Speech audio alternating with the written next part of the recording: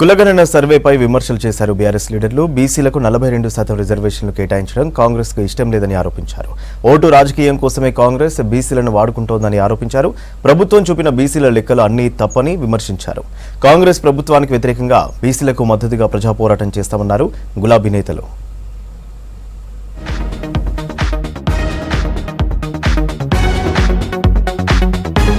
హైదరాబాద్ నందీనగర్లోని తన నివాసంలో కేటీఆర్తో భేటీ అయ్యారు బీసీ ఎమ్మెల్యే, ఎమ్మెల్సీలు, బీసీ నేతలు.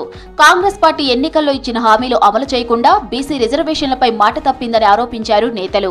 బీసీల కోసం ఆందోళన కార్యక్రమాలు చేపట్టాలని నిర్ణయించారు. బీసీ ఎమ్మెల్యేలు, ఎమ్మెల్సీలతో చర్చించి కార్యాచరణ ప్రకటిస్తామన్నారు కేటీఆర్. బీఆర్ఎస్ ఎమ్మెల్యే సునీతా లక్ష్మారెడ్డి అరెస్టును ఖండించారు మాజీ మంత్రి హరీష్ రావు. సంగారెడ్డి జిల్లా నల్లవల్లి, ప్యారానగర్ గ్రామాల పరిధిలో జీహెచ్ఎంసీ డంపింగ్ యార్డ్ ఏర్పాటును ప్రజలు వ్యతిరేకించారని, వారికి మద్దతు తెలిపేందుకు వస్తే అక్రమంగా అరెస్ట్ చేస్తారని మండిపడ్డారు. ప్రజల అభిప్రాయాలను తొంగలో తొక్కుతూ ప్రభుత్వం మొండిగా వ్యవహరించడం సిగ్గుచేటన్నారు. రైతులు, స్థానికుల ఆవేదన కాంగ్రెస్ సర్కారుకు ఎందుకు అర్థం కావడం లేదని ఎక్స్లో పోస్ట్ చేశారు హరీష్. ఫోన్ ట్యాపింగ్ కేసులో బీఆర్ఎస్ ఎమ్మెల్యే హరీష్ రావును ఈ నెల 12 వరకు అరెస్ట్ చేయొద్దని హైకోర్టు ఆదేశించింది. చక్రధర్ గౌడ్ ఫిర్యాదుపై పంజాగుట్టలో హరీష్ రావుపై కేసు నమోదు చేశారు పోలీసులు. తనపై నమోదైన ఎఫ్ఐఆర్ను క్వాష్ చేయాలని హైకోర్టును ఆశ్రయించారు హరీష్. తదుపరి ఉత్తర్వులు వెల్లడించే వరకు హరీష్ను అరెస్ట్ చేయొద్దని గతంలో ఇచ్చిన మధ్యంతర ఉత్తర్వులను పొడిగించింది. కులగణన సర్వేపై మరోసారి విమర్శలు చేశారు బీఆర్ఎస్ నేతలు. సర్వేలో ఓ సామాజిక వర్గం సంఖ్యను ఎక్కువ చూపించారని ఆరోపించారు మాజీ మంత్రి, బీఆర్ఎస్ ఎమ్మెల్యే గంగుల కమలాకర్.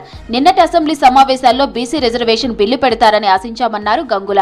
52%, 56%, 58% ఎక్కడున్నది రిపోర్ట్ అన్నారు. జనాభా లెక్కలు తప్పులు వేసిరు. అంటే మా బీసీలను జనాభా ఓటర్ లిస్టులో ఉండకుండా చేసే ప్రయత్నం చేస్తున్నారు. ఈరోజు ఓటర్ లిస్టుగా జనాభా లిస్టులో ఉండకుండా చేసే ప్రయత్నం చేసిండ్రు. 40 నుంచి 50 లక్షల మంది ఈరోజు వాళ్ళు తప్పుగా చూపించారు. మేము ఒప్పుకునే సమస్య లేదు.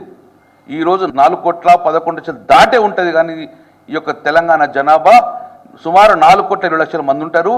ఏ డాటా తీసుకున్నాక అట్లే ఉంటుంది. కానీ మీరు 3,70,00,000 చూపించి సుమారు 30 నుంచి 35 లక్షల బీసీ జనాభాను మీరు మమ్మల్ని బయట రాకుండా ఉండగా ఈరోజు కాంగ్రెస్ ప్రభుత్వం ఈరోజు మమ్మల్ని లోపల పెట్టే ప్రయత్నం చేసిండ్రు. ఓటు రాజకీయం కోసమే కాంగ్రెస్ బీసీలను వాడుకుంటుందని ఆరోపించారు ఎమ్మెల్యే వివేకానంద గౌడ్. కేసీఆర్తో చర్చించి బీసీల కోసం పెద్ద ఉద్యమం చేస్తామన్నారు. ఫిబ్రవరి 4న బడుగు బలహీన వర్గాలకు చీకటి రోజని విమర్శించారు. నీలం సంజీవ్ రెడ్డి నుంచి రేవంత్ రెడ్డి వరకు కాంగ్రెస్ సీఎంలంతా బీసీలను మోసం చేసిన వారేనని ఆరోపించారు.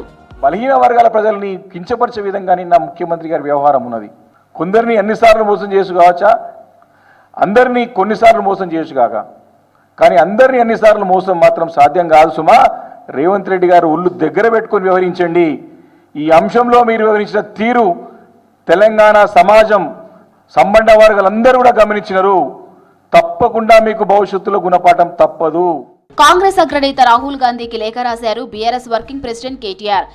రాష్ట్రంలో అసమగ్రంగా జరిగిన కులగణనపై పార్లమెంటును తప్పుదోవ పట్టిస్తారని ప్రశ్నించారు. అసెంబ్లీ సాక్షిగా స్థానిక సంస్థల ఎన్నికల్లో బీసీలకు 42% రిజర్వేషన్లు ఇవ్వాలనే ఉద్దేశం కాంగ్రెస్ పార్టీకి లేదని తెలిసిపోయిందన్నారు కేటీఆర్.